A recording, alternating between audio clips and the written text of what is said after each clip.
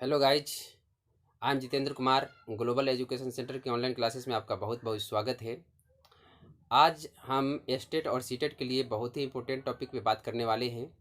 जो गणित की शिक्षण विधियाँ, मैथ पेडागोगी का जो है ये शिक्षण विधि है। मैथ पेडागोगी का चैप्टर नंबर ऐसे 2 है। ये शिक्षण विधियाँ सभी सब्जेक्ट की शिक्षण विधियाँ में आपको बहुत ही हेल्पफुल होगा। तो काफ़ी ज़्यादा हेल्पफुल है और यहाँ से 2 या 3 सवाल ज़रूर पूछा जाता है। और एग्जैक्टली साइंस और मैथ में तो ये दोनों में सेम है ये शिक्षण विधियाँ। तो आप इस लेक्चर का बहुत ही अच्छे तरीके से आप देखिएगा और इसे लास्ट तक देखिएगा, तब आपको अच्छे से समझ में आएगा।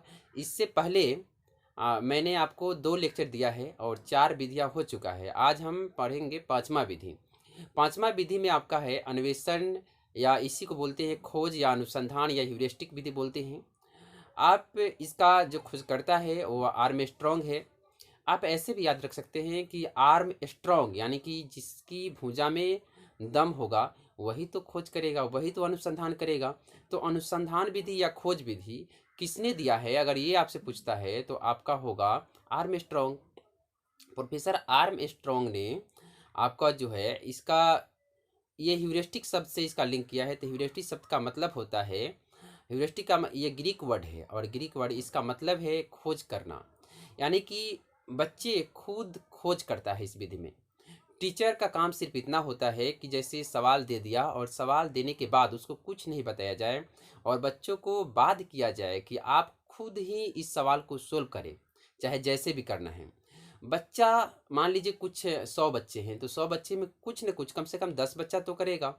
तो 10 बच्चा इसमें जो है आपका अपना दिमाग लगाएगा, अपना जो है एक्स्ट्रा दिमाग यूज करेगा।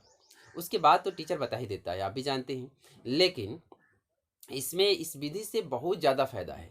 अगर हम लोग भी ऐसे क्लास में यही करते हैं कि आपको सवाल दे दिया जाता है और सवाल देने के बाद हम कुछ देर वेट करते हैं, 1-2 मिनट वेट करते हैं, आप खुद अपना दिमाग लगाए, उसके बाद हम उस पर चर्चा करते हैं या उसको बताते हैं। इससे बच्चों को बहुत फ़ायदा होता है। तो ये आर्म स्ट्रॉन्ग ने ही दिया है इस विधि को। ऐसे उस समय आर्म स्ट्रॉन्ग थे इसलिए आर्म स्ट्रॉन्ग दिया है।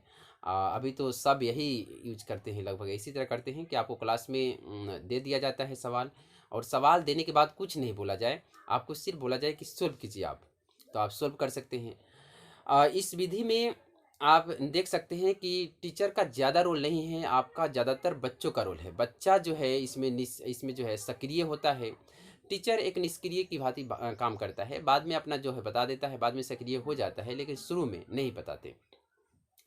यह विधि खोज करके स्वयं सीखने की विधि है। इसमें अध्यापक विषय वस्तु की व्याख्यान की भांति सही ढंग से नहीं बता पाते, बल्कि प्रश्नों द्वारा उसको बाध्य करते हैं। ये तो पहले ही आपको बता दिया गया है। इसका गुण क्या क्या हो सकता है, तो आप भी समझ सकते हैं गुण क्या क्या हो सकता है। जब बच्चा खुद करेगा तो उसको वैज्ञानिक तरीके से यानी कि तर्क वितर्क करेगा, वैज्ञानिक दृष्टिकोण पैदा होगा, कल्पना शक्ति बढ़ेगी, चिंतन शक्ति बढ़ेगी, ये सभी गुण उसमें आ जाएगा। हाँ, ये अलग बात है कि इसका डिमेरिट्स हो जाएगा क्योंकि ज़्यादा समय लगेगा, सिलेबस जो है समय पे ख़त्म नहीं होगा और ये सभी बच्चे के लिए उपयोगी नहीं है। तो ये सारे जो है इसका डिमेरिट्स हो सकता है। यही सब लिखा हुआ भी है, यहाँ पे आप पढ़ सकते हैं। तो देख सकते हैं, यहाँ पे पढ़ सकते हैं आप जो है पहला लिखा हुआ है छात्रों मनोवैज्ञानिक का दृष्टि को निर्माण हो करती है, सही बात है। तर्क निर्णय कल्पना उपयुक्त अवसर प्रदान करने के मानसिक विकास की प्रक्रिया तेज करता है, सही बात है। इस विधि द्वारा प्राप्त ज्ञान अधिक समय तक रहता है, रहेगा ही, क्योंकि बच्चा खुद किया है। छात्रों में परिश्रम करने की आदत पड़ जाती है, सही बात है। छात्र में परिश्रम करने की आदत पड़ जाती है क्योंकि टीचर खुद बच्चे से करवाता है। तो छात्र में अनुशासन भी बढ़ जाती है। आप जब भी किसी बच्चे को आप देखते हैं क्लास में कि जब हम उसको प्रश्न देते हैं तो सारे बच्चे सतर्क हो जाते हैं और अपना अपना दिमाग लगाना स्टार्ट कर देते हैं। तो अनुशासन भी है, आत्मसंयम भी है, आत्मजागृति आत्मविश्वास की जागृति भी होती है, सही बात है। अगर कोई बच्चा कर लेता है, एक सवाल को सोल्व कर लेता है तो उसको अंदर से बहुत ज़्यादा कॉन्फिडेंस आता है कि अब हम किसी भी सवाल को कर लेंगे। तो आत्मविश्वास की जागृति भी होती है, सही बात है। चलिए आगे चलते हैं। इसका जो है दोस्त है, तो यह विधि केवल असाधारण बुद्धि वाले छात्रों के लिए है। मैंने पहले बता दिया है कि ये साधारण छात्रों के लिए नहीं है, सबके लिए नहीं है। ये विधि केवल गलत ये विधि छात्रों को गलत नियम और निष्कर्ष पे पहुंचा सकते हैं, सही बात है। आप जब नियम और निष्कर्ष नहीं बताएंगे तो बच्चा के जो दिमाग में आएगा, अगर जो बच्चा सही डायरेक्शन में चल रहा है ठीक है, लेकिन जो गलत डायरेक्शन में चलेगा वो गलत की तरफ चल जाएगा। यह विधि काफ़ी मंद है, सही बात है, मंद तो होगा ही क्योंकि इसमें समय का लॉस ज़्यादा होगा, बच्चे खुद से देखेंगे। अब हम पढ़ेंगे, चलिए ये आप देख लीजिएगा, ये अच्छे तरीके से 1-2 बार वीडियो को देखिएगा, आपको बहुत ही अच्छे से क्लियर हो जाएगा सभी को। इससे अगर पिछला लेक्चर नहीं देखे हैं तो आप चले जाइए, लाइक और सब्सक्राइब कर लीजिएगा। तो आपको जो है ना सब्सक्राइब करने के बाद बेल आइकन को दबा लीजिए, जब भी ये वीडियो डालेंगे वहाँ आपको नोटिफिकेशन मिल जाएगा। तो हमेशा आप जो है लाइक और सब्सक्राइब तो करें ही करें। इसके बाद हम देखते हैं 6 में, जिसमें व्याख्यान विधि है। व्याख्यान विधि में इसको बोलते हैं लेक्चर मेथड। लेक्चर मेथड में क्या है, टीचर जो है टीचर का ही मूल रूप से इसमें रोल रहता है। टीचर किसी भी टॉपिक पे कोई अपना लेक्चर देता है, बच्चे जो है पैसिव लर्निंग होता है, बच्चे चुपचाप बैठ के आराम से सुनता है। हाँ, कभी कभी बच्चे सवाल कर सकते हैं, लेकिन वह भी जैसे लेक्चर दे रहा है बीच में आप नहीं बोल सकते, उसके बीच में जब टीचर आपसे पूछता है तो फिर आप सवाल कर सकते हैं। इसमें जो हम कर सकते हैं, इसका जो डायरेक्शन है, लर्निंग का डायरेक्शन, ये टीचर से जो है स्टूडेंट की तरफ फ्लो होता है, स्टूडेंट से टीचर की तरफ नहीं होता। और एक ये भी कह सकते हैं कि स्टूडेंट और स्टूडेंट में कोई वार्तालाप नहीं होगा, चर्चा नहीं होगा, सिर्फ टीचर ही बोलेगा। कभी कभी बच्चे भी उल्टा जो है रिएक्शन कर सकता है, सवाल पूछ सकता है बीच बीच में जब टीचर कहे तब।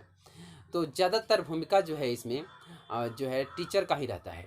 तो इसमें टीचर जो है इम्पोर्टेंट बात जो है, कभी कभी जैसे इस तरीके से आपको जो है ये मान लीजिए बोर्ड है, तो इस पर इम्पोर्टेंट चीज़ें आपको लिखते रहते हैं, जो भी इम्पोर्टेंट है आपका लिखते रहेगा। तो इम्पोर्टेंट जब लिखेगा तो इसीलिए इस विधि को हम कहते हैं चौक एंड टॉक मेथड, यानी कि टॉक भी करते रहता है और चौक लेकर लिखते भी रहता है ब्लैक बोर्ड पे, इसलिए हम चौक और टॉक मेथड भी कहेंगे। इस विधि में जो है केंद्र बिंदु जो है अध्यापक है और सक्रिय भी अध्यापक रहता है, सही बात है। बालक जो है मुख्य श्रोता के रूप में, पैसिव लर्नर के रूप में जो है वो सुनते रहता है।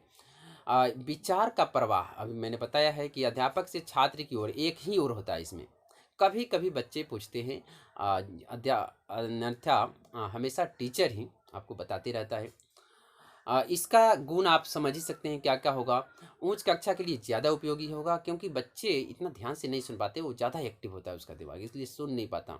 लेकिन जो उच्च कक्षा के स्टूडेंट होते हैं वो चुपचाप ध्यान से सुनता है, तो उसी के लिए ज़्यादा उपयोगी होगा। यह अध्यापक के लिए अच्छा विधि है क्योंकि जल्दी से आपका जो है सिलेबस खत्म हो जाता है। यह विधि छोटे बच्चों के लिए उपयोगी नहीं है, ये मैंने पहले बता दिया है। इस विधि में ज़्यादा नहीं सीख पाते। कैसे सीख पाएगा बच्चे, इसमें ज़्यादा नहीं सीख पाएंगे, कम सीख पाएंगे, क्योंकि वो पैसिव की तरफ कभी कभी हो सकता है कि झपकी भी लग जाए, इसलिए ये कभी जो है कम सीखता है। इस विधि में बच्चे निष्क्रिय होते हैं, सही बात है। अच्छा, इसका यूज कहाँ कहाँ है, तो इसका यूज की बात करें तो इसका जो भी किसी भी चैप्टर को हम जब लास्ट करते हैं, एंड करते हैं, तब हम उस चैप्टर का निचोड़ हम लास्ट में बताते हैं। हर बुक में भी आप देखते हैं कि किसी भी चैप्टर का निचोड़ लिखा रहता है, अच्छे अच्छे बुक में जो है चैप्टर के अंत में निचोड़ लिखा रहता है। और फिर चैप्टर की शुरुआत में आपको जो है चैप्टर की शुरुआत करने से पहले उसको हिस्ट्री के बारे में बताना पड़ता है, या दूसरा भी कह सकते हैं, मान लीजिए मैथमेटिकल कोई साइंटिस्ट है तो उसके बारे में भी बता सकते हैं। जैसे आर्यभट्ट है तो अपने यहाँ हुए, यहाँ भारत के ही हैं, उनको पाई का खोज कैसे किया, उसके पूरे बारे में जो भी डिटेल है वो सारी आपको बताया जाता है, तो वहाँ से भी आप सीख सकते हैं। तो ये सारे यूज है। अच्छा, एक बात जो है, अगर मेरा वीडियो अच्छा लगे तो आप इसका लाइक और सब्सक्राइब और शेयर ज़रूर करें।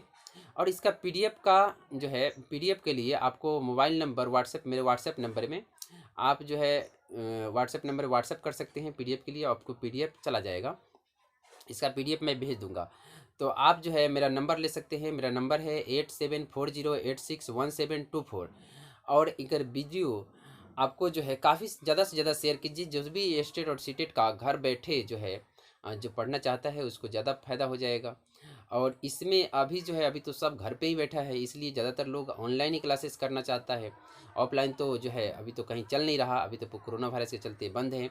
और आप घर में रहें, अपने और अपने परिवार को सुरक्षित रखें, बाहर ना निकले, आपसे यही गुजारिश है। देश जो है ये महामारी के चक्कर में जो है पूरा देश एक तरीके से आर्थिक स्थिति से और हर चीज़ से बर्बाद होने के कगार पे है। तो आप इसका साथ दे, मुकाबला करें कि जल्दी से जल्दी लॉकडाउन ख़त्म हो। थैंक यू सो मच, बहुत बहुत